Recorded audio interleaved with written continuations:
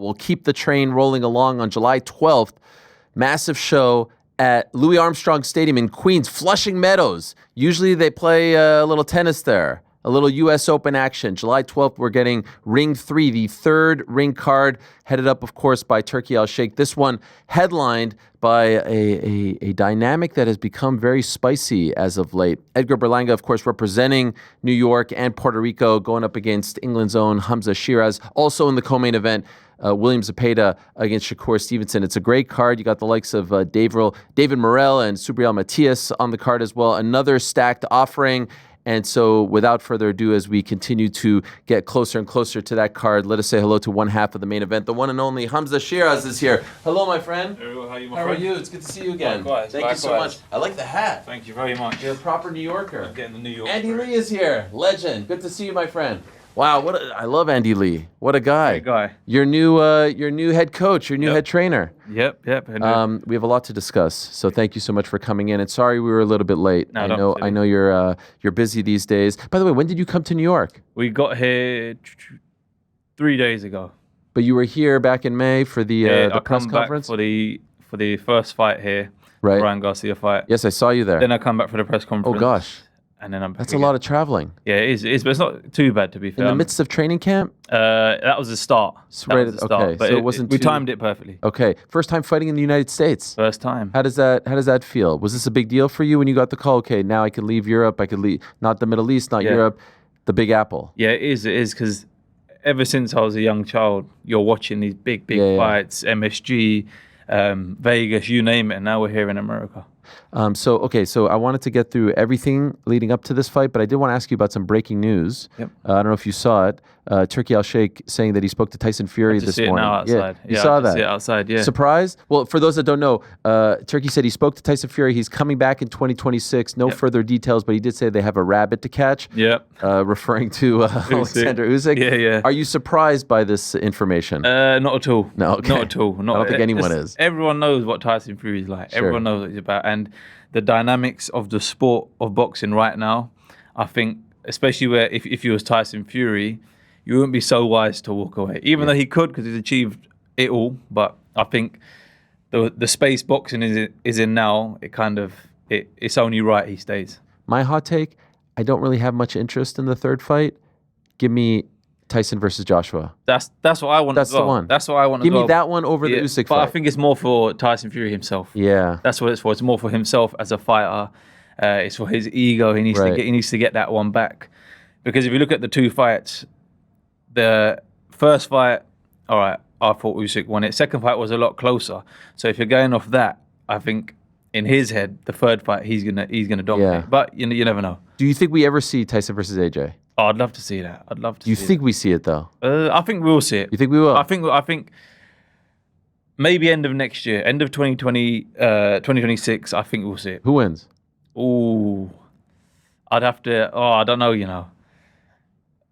It's a 50-50. I'm not being political on my answer, but I don't know. I think it's a genuine 50-50. Could you imagine if we get AJ versus Jake Paul before AJ versus Tyson Fury? I won't be surprised. God, I won't be surprised, especially how Jake Paul's going now, the trajectory he's on, and the way you never know, man. You can't rule it out. Are you a fan of what he's doing? I am. You are? I am a fan. Okay. I am a fan. Why? I feel like he could have chose any other sport, but he chose boxing. You're going in the ring, you're risking your life, so there's a respect there for him. Yep. And he's improving with every fight. And he's stepping up in his fights as well. He is stepping up, and I get it. They're tailoring the opponents to him, but that's how every pro fighter 9-0, 10-0. Do you know what I mean? Yes. Exactly. And I know this sounds mad, but I wouldn't be surprised if with the right world champion, he fights for a world title. Yeah, he's now 14th in the WBA ranking, so he could fight for a belt, which is wild. It's crazy when you think about it. It's nuts. But I think it's nice to see a fighter give him props, because I do think he is taking the sport seriously. Yep. I do know that there are some issues regarding, or some criticism regarding who he picks to fight. Yep. But if you compare Julio Cesar Chavez Jr. at 39 to someone who a prospect would fight at 9-0, 10-0, it's kind of equal, if not Julio with his experience is greater, right? Yeah, no, for sure. And I think the only reason he gets hate is because fighters compare themselves to him, and they shouldn't do that, because he built his YouTube platform from when he was a young kid, and he's using his own initiative to bring that and cross that over with the sport of boxing. So if anything, as a pro fighter, as a pro boxer, we should appreciate that. I appreciate you, and I appreciate this card very much. It's a great card. It's very unique that it's happening at the tennis stadium. Yeah. I actually went to a wrestling event there maybe 2 years ago, and because it's a tennis stadium, the seats go so deep. It's not like a big open, like if you go to an event at Wembley or Hotspur Stadium, it's massive. It's very flat because of the field, because of the pitch, right? Yeah. Here, the tennis court is so small that the fans are going to feel like they're on top of you, which I think is brilliant. Yeah. It's a very unique setting, and it's you and Edgar Berlanga, and the back and forth between you guys has been very entertaining. Yeah. Now, it's a lot of barking on his end, and I wonder if any of it is sort of out of character for you, because he's like poking you, and I feel like you're such a mild-mannered, classy guy that you have to sometimes push back. Is any of this uncomfortable for you? It's not really, because I expected it. Okay. As soon as I knew I was fighting him, I expected it. So already mentally, you're ahead. Okay. It's not like, you're fighting someone who doesn't speak and all of a sudden they've started saying this, that, the other. I was prepared for it. I find it quite entertaining, to be fair. You do? I'm like enjoying it. I'm taking it in. I'm enjoying it. Some of the stuff he's coming out with is quite comical. But then at the end of the day, what I like about it is it puts a lot more, not pressure, but more expectation on the fight. And therefore, we both have to deliver. Yeah. Do you know what I mean? We both have to deliver, and that we shall do. So it's interesting because you are coming off a split draw, your first sort of blemish, if you will. Could you have ever imagined that your next fight would arguably be the biggest fight of your career in terms of exposure, platform, right? Yeah, it's crazy. Not at all. And I can only thank His Excellency for that, for giving me the opportunity, because after the last fight, it was hard because it was territory I haven't been in before. You got to remember, you're going from knocking everyone out, being the next best thing, to like, he's reached his level now. We don't think he'll get better than that. And it's not hard to live with, but you have to learn to get over it. And it took me a good 7-8 weeks. And then by the time I was like coming to terms with it, I was sitting on the beach, and then I got the phone call from His Excellency and Dr. Rakan. I got the phone call and they said, this is going to be your next fight. And it's like, snap out of it now. Let's concentrate on the next one. The future's where it's at. How were those 7-8 weeks in the aftermath? Yeah, it was difficult because you see people's energy changing up. You see people's energy towards you changing up, and you hear it as a young fighter. You hear all these experiences of fighters who have been before you talking about when you lose or when you don't get a win. Everyone changes up, and you're like, yeah, whatever. When I get there, I'll see what it's like. And not until you're truly in that position, you understand what it takes, and you learn a lot about yourself as well. So when you say people's energies, are you talking about the fans, or are you talking about people within more the people sport? Are closer to me? More really? People, more really? Yeah, you felt like people turned their back on you? Yeah, like ex-team members, ex kind of like friends and whatnot, and just people around you. You can just because you had a draw. Yeah, literally. Because I don't know what their intentions were, but at the same time, I understand it was my choice to have them people around me at the time. But the good thing is, I feel like it was a blessing from God to say, clear these people, and now your path is clear and you can go to the top. Had you seen signs of this? Because obviously the big news was you changed teams. You're now with Andy Lee over in Ireland, one of the best trainers in the game. I think it's a brilliant move. Thank you. But was this something you were thinking of going into that fight, or did it crystallize in the aftermath? Like, were you not even because like the sky, it was very smooth sailing for you, right? Yep. Leading up to that fight against Adames. Did you think in the back of your mind that your time was coming to an end with the squad that you had, or was it only in the aftermath? It was. And even though it was smooth sailing in the fights, because the fights were kind of pretty short, or you was dominant in the fight, you get away with it. You get away with it, and it takes a good fighter to change when you're winning, because you think, I'm getting away with it, I can carry on. That was what happened with me. And then until I hit a blemish, I was like, all right, now I need to really kind of sort myself out and iron a few things out and make a change. I don't want to be fake in front of you. In the aftermath of the fight, I said I thought you lost. Yep. Am I wrong? I've watched the fight back, and I thought a draw was a fair result, to be fair. I thought it was a fair result. Whether that's me talking from me being inside the ring and me being the fighter, I don't know. But yeah, I think what makes it worse as well is where I was winning, and then you have a blemish in which no one expected. It makes it a lot more dramatized, to say the least. But yeah. Did you take him lightly? No. Definitely didn't take him lightly. But what I didn't cope with well was being injured so early on in the fight, and I adapted when it come to I think around 11 and 12, but it was too late then. Yeah. It was too late. 4th or 5th round? You broke your hand? 4th or 5th round, yeah. Okay. 4th or 5th round, hit him at the top of the head, and boom, it went. And then it was like a panic inside. You could tell right away. Yeah, you can like shit. Like I've not been here before. What do I do? What do I do? And because you're winning before, you don't even take these things into consideration. So like normally before, you can like mentally prepare for these things. Or if I get knocked down, this is what I'm going to do. You can almost prepare yourself for being there before. And I never did. I think I'd break my hand. Never. That's like the last thing that I thought would happen. You've never done that before? No, never. And then it happened, and then I adapted too late. So it wasn't just the performance, the scorecards. There was this clip that came out of Turkey, like trying to speak to your corner. So there were all these things that people were coming at you with. None really your fault. You fought the fight. You didn't score the fight. You didn't do anything. You just went out there and did your thing. Did you feel like man, everyone's coming after me? Like what is this? Because this was all very foreign to you, right? You had been sort of the golden boy for a while. Exactly. It wasn't that. It was like when His Excellency come to the corner, it was actually quite reassuring, to be fair. Like, oh, this guy's got my back. You know what I mean? This guy's got my back. But then at the same time when that was happening, in my head, I was still trying to get over my hand. So there was like all these external factors coming in, and then you're trying to process it. But if you don't do it enough, it turns into like just a blur, and you don't know what direction to go in. So yeah.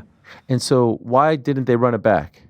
Because I was moved up a weight. And was it even discussed? I know you're now at 168, that was 160, but was there any talk, okay, this was inconclusive, let's do one more at 160, or was that not impossible? It would have been impossible. You couldn't do it anymore? Nah, in an ideal world, I'd love to. I'd love to have done and run it back straight away, but it's just, I wouldn't be able How to make tough are these cuts, the 160 cuts? Yeah, they are really, really tough. Like for the last fight, normally I make weight on the night before, and then I wake up in the morning, have a bit of breakfast, and then go to the weigh-in, and I'm good on weight.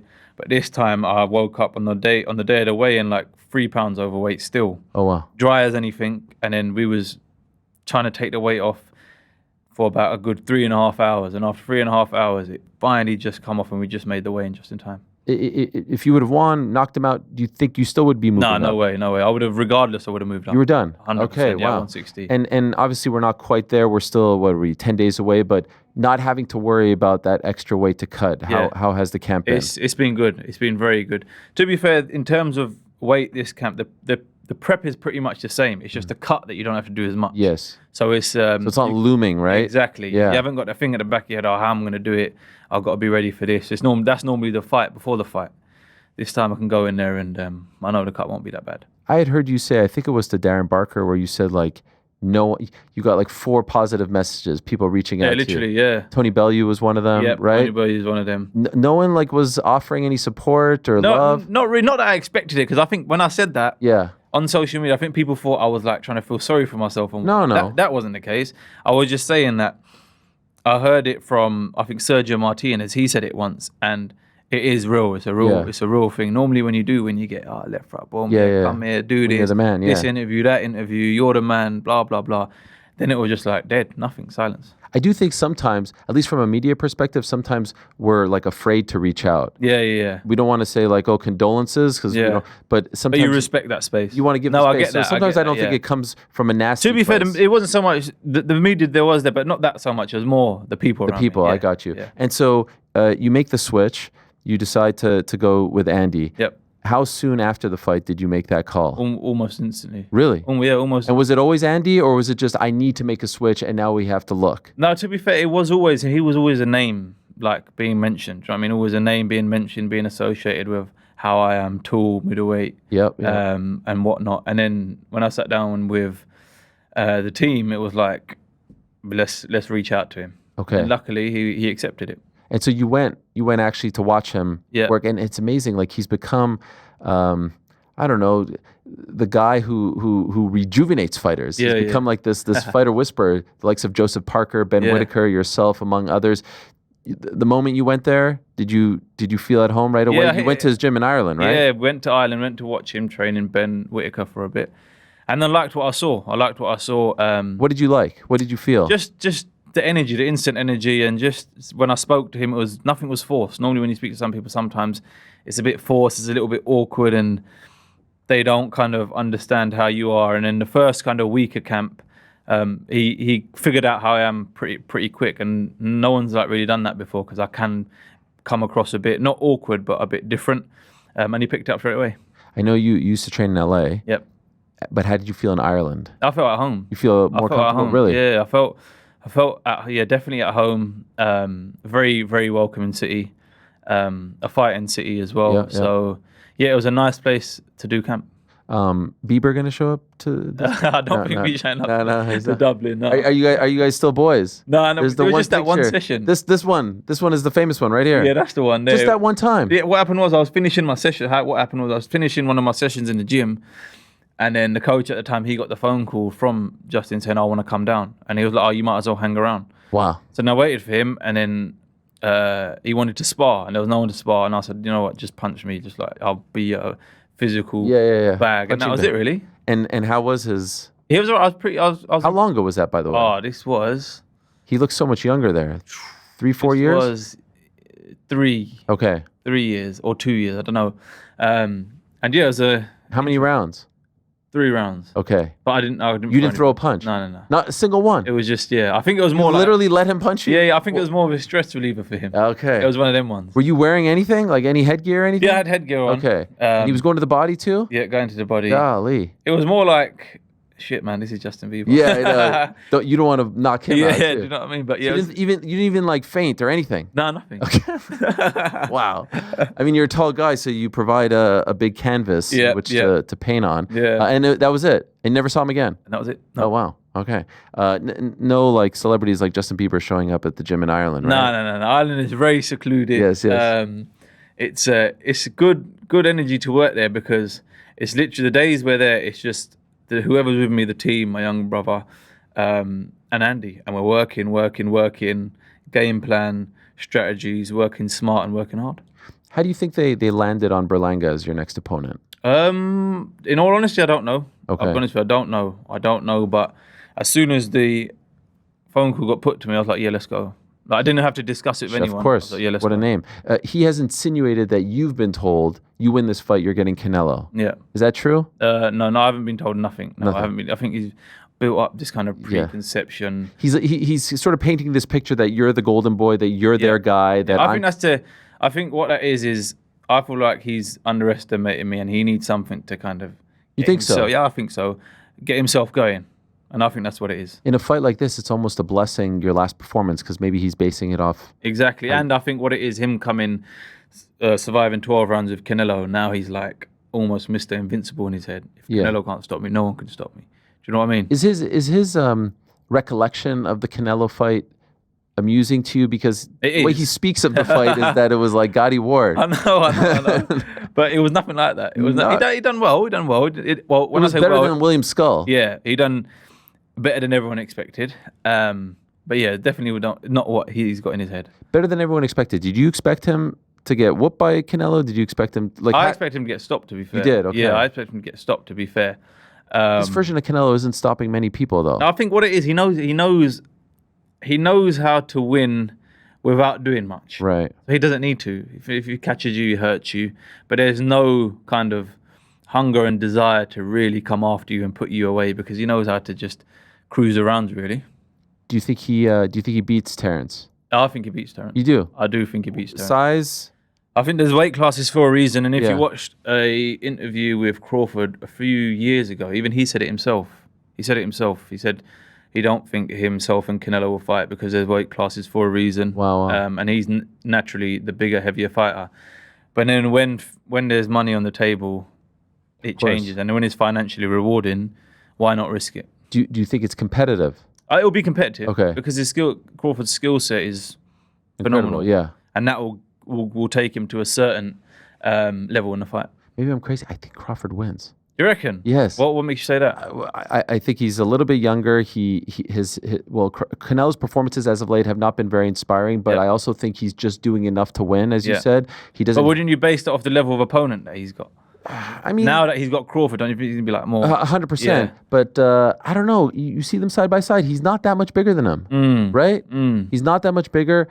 Crawford, I think people have sort of forgotten. Like the Crawford who fought Errol Spence. Yeah. I know the Madrimov fight wasn't anything to write home about, but that was his first time at 154, and I know this is at 168. But the guy who fought Errol Spence, that was a masterful performance. Yeah. The way he switches stances, the way he boxed, and I know Spence maybe was on the back end and maybe not 100% and the weight cut and all that, but I don't know. I think he pulls it off. I think he's a little more motivated. I think Canelo's legacy is set. I think Crawford is still trying to tell everyone who he is and set his legacy. This is the one that will do it. This is the one that will cement him as one of the greatest of all time. You feel like he's got more of a reason to... Kind of do. Yeah. Well, I won't write it off. I won't write it off because he's such a skillful fighter, but I'm going to Canelo. Yeah, fair enough.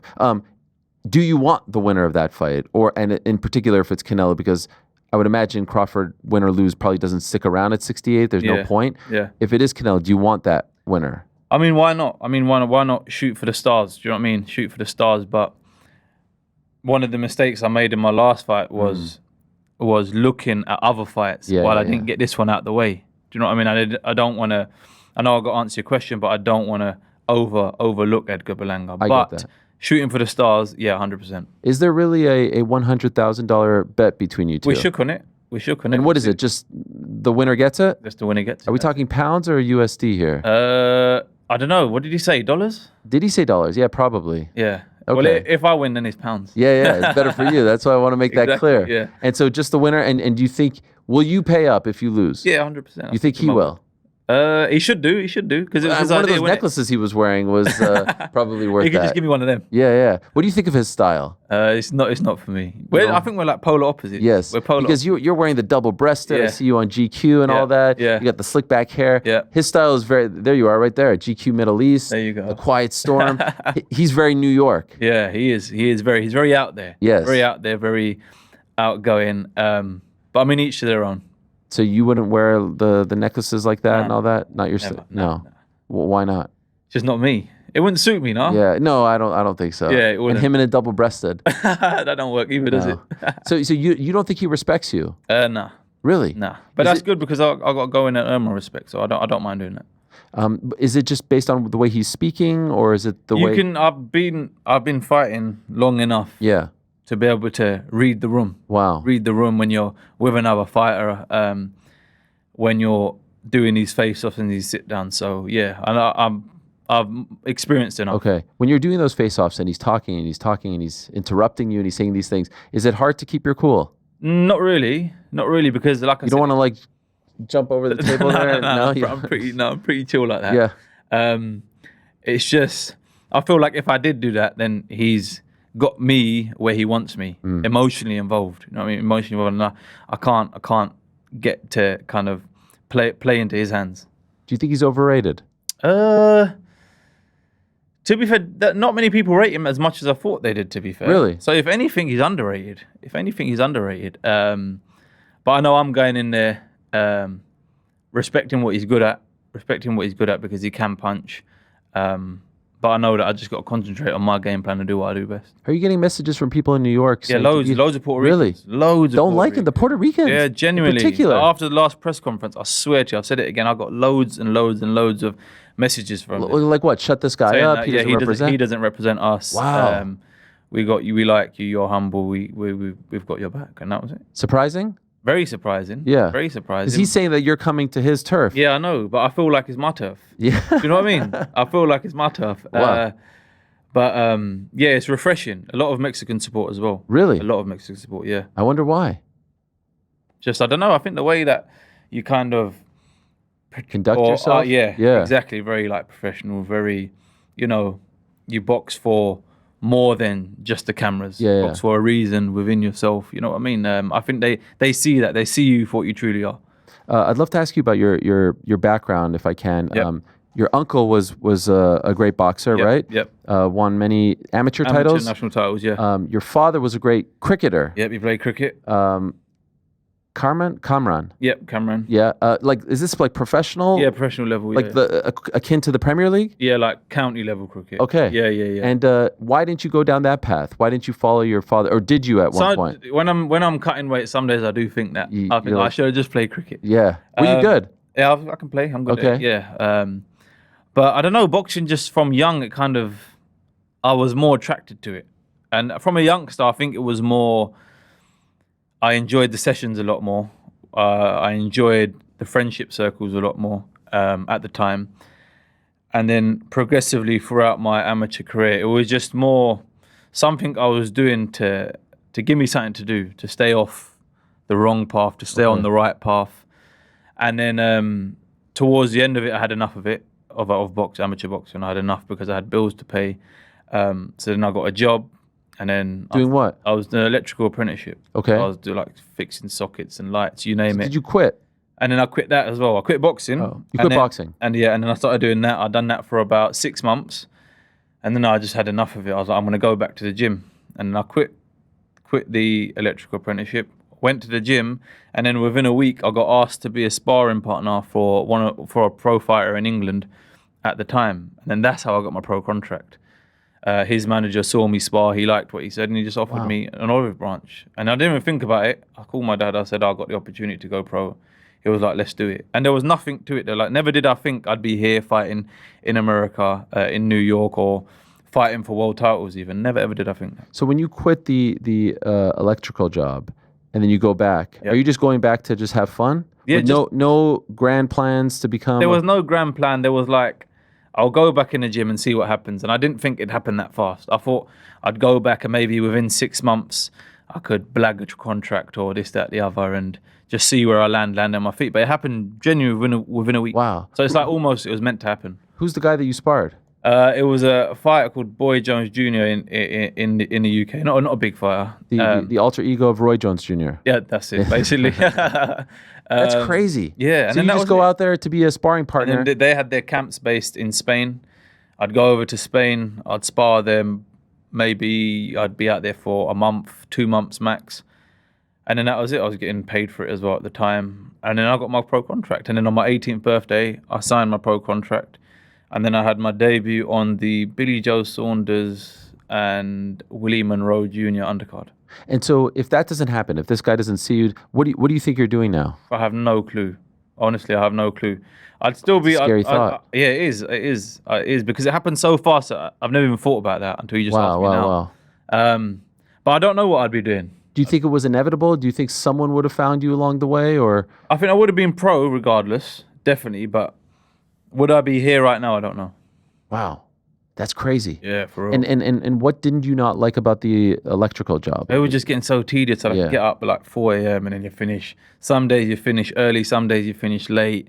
You make plans, you have to cancel them. And it was all over the place, man. It was all over the place. And it was just miserable. It was a miserable life. And then when you quit boxing to go to that, like you just had enough of it? You were getting hurt? Yeah, so what happened was I was meant to go to the Commonwealth Games. Mm-hmm. I went to a England camp, in England, amateur camp, done like a couple of days there. And then I didn't get picked and I just got disheartened. I was like, oh, forget this. Wow. Yeah, and I was 16 at the time. 16, yeah, just turning 17. Did anyone try to convince you otherwise? Not really, no. It was my own decision. And I'm pretty set in my ways like that. If I make a decision, I'll stand on it. There's no changing it.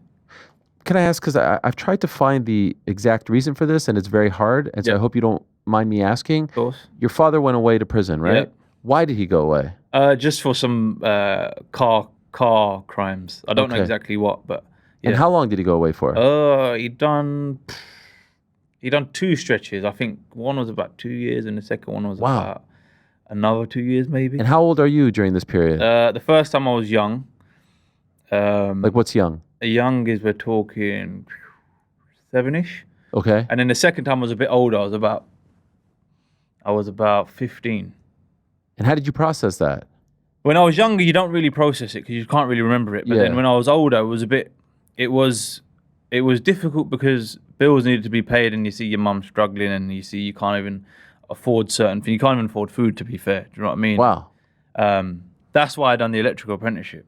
Okay. Because obviously I got disheartened from the boxing. I wasn't earning money from the boxing and you needed money to get... like you had to support. To get by in life. And that was it. And that's what I done it. And how did your mom... How many siblings do you have? I have 3. 3, including you? 4 of us. 4. Okay, so she's alone. Yep. What did she do? She was strong. She was pretty strong. She was. Did she have to work? No. We was on benefits at the time. Wow. So where you get government supports you. But this is tough. Yeah, it was. But I feel like that was kind of the making of me. Like it's like, fuck, seeing your family go through that. Like it's a myth, and you get like when it's happening, it's so hard because you can't do anything. It's like, come on, man, I need to do something. And then God has a plan for you, I suppose. And are you in contact with your dad while he's away? Yeah, he's outside. No, I mean, like, well, I know he's a big part of your life now, but like when he's incarcerated, are you able to speak to him? We'd visit. Okay. We'd visit maybe once every 2 months or once a month at the time as well. Okay, and then so when you're a teenager, he gets out, no issues and then there. and then that was it. He comes out, and then he works for a bit, supports my early pro career for about the first 2 years. So there's this big story about the big the big loan that he took out, right? Like $1 million or something like that. And then, luckily, ever since I've been on His Excellency's cards, I've managed to repay it. You're done now. Yep.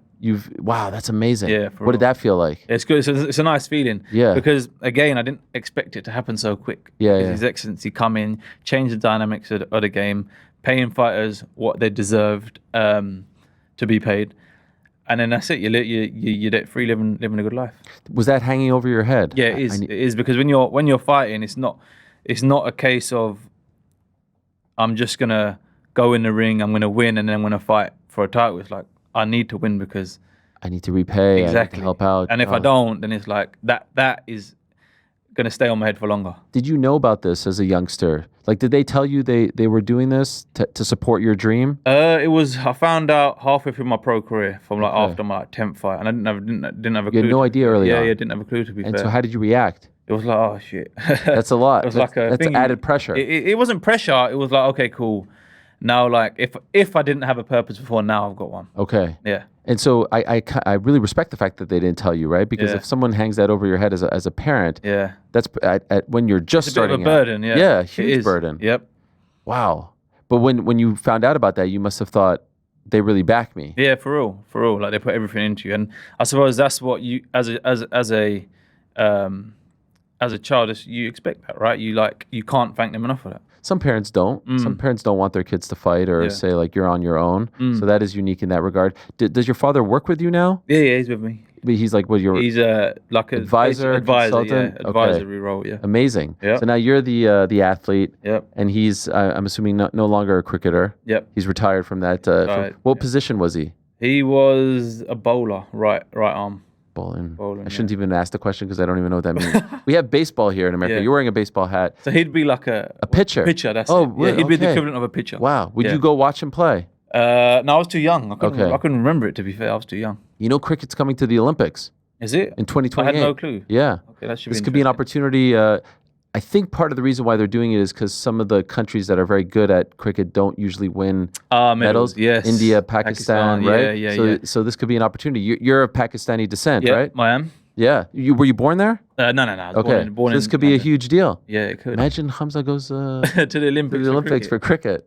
And boxing too. Never say never. Did you try for boxing or was it too late? What's that? To represent Team GB? No, when I stopped and I turned pro, then that was it. It was over. It was done, yeah. Because now that you're pro, you can actually go back. You could, but I wouldn't. You wouldn't do it? No, I wouldn't, no. Not for me. How did the relationship with Turkey come about? Like, how did you guys meet? How did it come? And for him to, because you're an ambassador, right? Yeah. How did it come? On the 5 versus 5. Okay. That's it. So when you were on part of Frank Warren's team, Queensberry, when I was part of that, obviously I got to meet His Excellency a couple times, and then it was kind of natural, to be fair, and I think he likes the way I conduct myself. Then he appointed me as a Riyadh season ambassador after I got the win, and then from there it was just I kind of hit the road running. This landscape that we're in now with these mega fights being made all over the world and these stadium shows. Now we've got Dubois and Usyk coming up. They just announced Ben and Eubank too. Is this like surreal for you to see that these opportunities are coming? Because let's be honest, if this is not happening, if there's no Riyadh season or ring cards and all that, you're probably not fighting Edgar Berlanga in New York City, right? No, you're probably fighting at like Wembley Arena or SSE or the Hydro or whatever it is called, the OVO. Yeah. You're probably fighting at one of those, right? And that's crazy. It is crazy because it all happened so quickly, and it's happened so fast. Like I was saying earlier, you don't get time to process it. And now we're here having a chat, and next Saturday I fight in New York for the first time in America. You got to remember, like when I was a youngster watching Oscar De La Hoya versus Mayweather, watching Ricky Hatton versus Mayweather. It's like, it's a dream at the time. It's like, oh, I'd love to be like that. I'd love to be like them. And now I get the chance to do that. You have to wake up like at 4 a.m. to watch us or stay up, right? I know, yeah. And as a young kid, it's hard. It's hard. Yeah. I'd end up falling asleep on the sofa. And on the ring walks, I'd wake up like, what's happening? Who were some of your favorites as a kid? Prince Asim was one of my favorites. Of course, yes. Yeah, just because of the pure entertainment factor. And what I used to like watching a lot was the HBO 24/7. Oh, I used the to best. watch loads of them. Loads of them. So the first one I ever watched was the De La Hoya and Mayweather one, and then you saw the private. That's the first time you ever saw the private jets. Yeah. You saw the helicopters, and you saw the lifestyle of these fighters rather than the fighters you just see in the ring. So it appealed a lot to me, to be fair. And you wanted that? I did want it. Yeah, I did want it. I still ain't flown on a private jet yet, but not yet. I still got a ticket. I got a ticket off. Yeah. I feel like now that you're a Riyadh season ambassador, should do hopefully soon. Yeah. Back home to London, that would be sick. That would be, yeah. Have you ever met Prince Asim? Yeah, he was at my last fight. He was screaming his head off. Oh, that's right. Yes, he was and there. The 3 fights before that, so all the Riyadh season cards, he's been there ringside. What's up with you and Amir Khan? No, it's cool. It's cool. You guys are good now? Yeah, we're good. What happened? No, it was just a misunderstanding. It was a misunderstanding. I had a little spat early on in my career. I wasn't not media trained, but I wasn't media savvy at the time. So if I'd go back, I wouldn't have opened my mouth. Someone asked you a question about him? And then, no, it was him who done it first, and then I reacted. Was it about you? Yeah, it was. It was just it was like an all big misunderstanding, to be fair. But to be fair, I gained a lot of recognition from it. Really? Yeah, like no one knew who I was, and then all of a sudden, they're like, "Who's this kid?" Because you were in this thing with him. Yeah, and then that was it. But we're cool now. But now you're a lot more savvy when it comes to a lot more. So I look back on it and I cringe. Yeah, it's one of them ones. But then I see you at these press conferences. You're like a pro up there. Yeah, no. Like you've got Berlanga like really freaking barking in your face, and you're just like stoic. Yeah, just enjoying it. I'm getting frustrated on your behalf. Yeah, because it's like this guy you can't speak. Yeah, no, it's I just like when's the press? We'll have next week the press conference. I'm sure he'll be going ape shit as well again. But I think then I'll be so locked Switched in. On, yeah. It's not even about enjoying it, then it's all about doing what I've been doing in camp, doing it in my mind before I do it in the ring, and then actually doing it in the ring. So I'll be in a different space next week. How do you foresee it playing out? It'll be very interesting. It'll be interesting. I think all I got to do is stick to what I've been doing with Andy. Stick to what I've been doing with Andy. Simplify things. Don't complicate it, and just enjoy it. And what about? Can I ask you about Shakur and Zepeda? I think Shakur is just too skillful. You think so? I honestly think he's too skillful. I don't see. Does he need to have like not a war, but does he need? He's taking some heat as of late. Yeah, he has. Do you think he needs to, or can a fighter not think like that? That's a dangerous game. It is a dangerous, especially if you're fighting Zepeda. You don't want to fight his game. Sure. If I was Shakur, I'd go in there, do what I do, get the win, and that's it. Go home. But you know how you were there. You were there at Times Square. That wasn't great, right? It is entertainment. But I think what was worse about that was every fight wasn't that good. Yeah. So that made the whole card kind of a bit, right. Kind of put a bit of a grey cloud in it. Is there a case to be made that there's so much money at stake now that guys don't want to risk it? Like Haney and Garcia knew, hey, we get the win here, we're going to fight in October. Yeah. And so it almost becomes a glorified sparring match. Yeah. Let's not take any risk. Almost. Same with Canelo and Skull. He knew that the Crawford fight was there. If I get knocked out by Skull, that fight's out of the window. But to be fair, you got to use me as an example here to say that's not how the game goes, because His Excellency is bringing boxing to how it used to be years ago, when the best used to fight the best regardless of the result. Mm-hmm. After my last fight, like you said, I didn't think I'd be fighting in my biggest fight now. So you can just use me as a kind of example for that. Listen, whatever fight you go into, give your 100%, leave everything in the ring, and then no matter what the outcome of the fight is, just know that there will be an opportunity for you again. Chris Eubank and Conor Benn, same thing. Yeah. It didn't matter about the loser of that fight. They're getting it on again. So there's loads of opportunities for the fighters out there. It's all about just giving your all back to His Excellency, because he's given his all to us. And you're still with Queensberry as well, right? Yep. Happy with them? Yeah, they're Frank and the team. Yeah, Frank's. Everyone's treating you well. He signed me up when I first turned pro. He gave me a contract. So to sign with Frank when I was a nobody, not that I'm a somebody now, but when I was a nobody, who no one knew, an amateur. It was, like I said, a massive help. Let me tell you, my friend, you are somebody. You're No, thank headlining you. in New York, all right? Not everyone could say that. So be proud of that. I wish you the best. There's the poster right there. Ring 3, exclusively on DAZN, July 12th. Huge weekend of boxing. July 11th at Madison Square Garden. You have Katie Taylor and Amanda Serrano. And then on Saturday evening, you have Hamzah Sheeraz against Edgar Berlanga, William Zepeda against Shakur Stevenson. Good luck to you. Thank you so much for coming in. I really appreciate it. It's a pleasure. Looking forward to the fight, and really appreciate you coming into the studio. I know, Thank you very much. You're very busy. Thanks for watching this video. Before you go, if you haven't already, hit that subscribe button for us. Also, give us a thumbs up, leave a nice comment. These things go a long way. And while you're here, do check out the rest of the channel. We've got live shows and full interviews, clips, and a whole lot more. We're doing big things here, and we appreciate your support very much.